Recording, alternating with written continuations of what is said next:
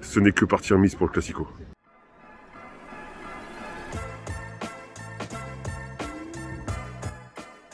Alors, pas de Classico pour ton arrivée sur Bein, mais un beau derby entre l'Asvel et Roanne. Oui, effectivement, ça a été un énorme derby.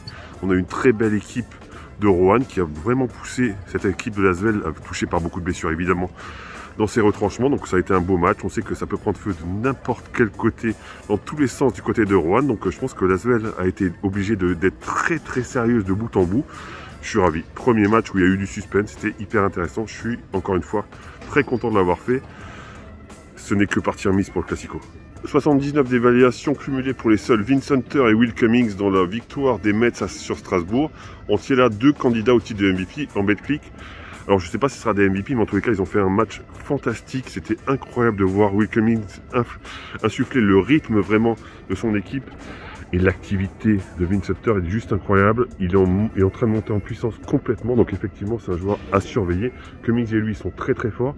En plus, les Mets sont premiers du championnat. Donc je ne sais pas s'ils seront MVP, mais en tous les cas, ils jouent à un niveau incroyable.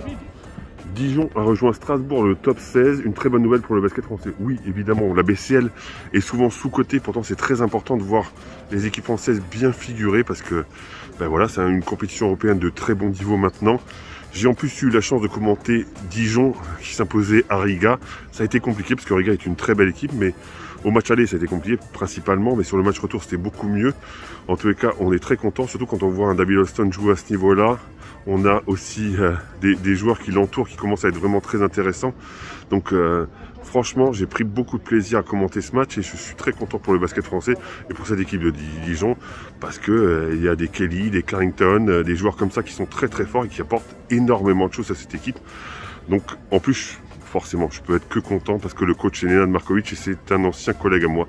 Donc je suis ravi.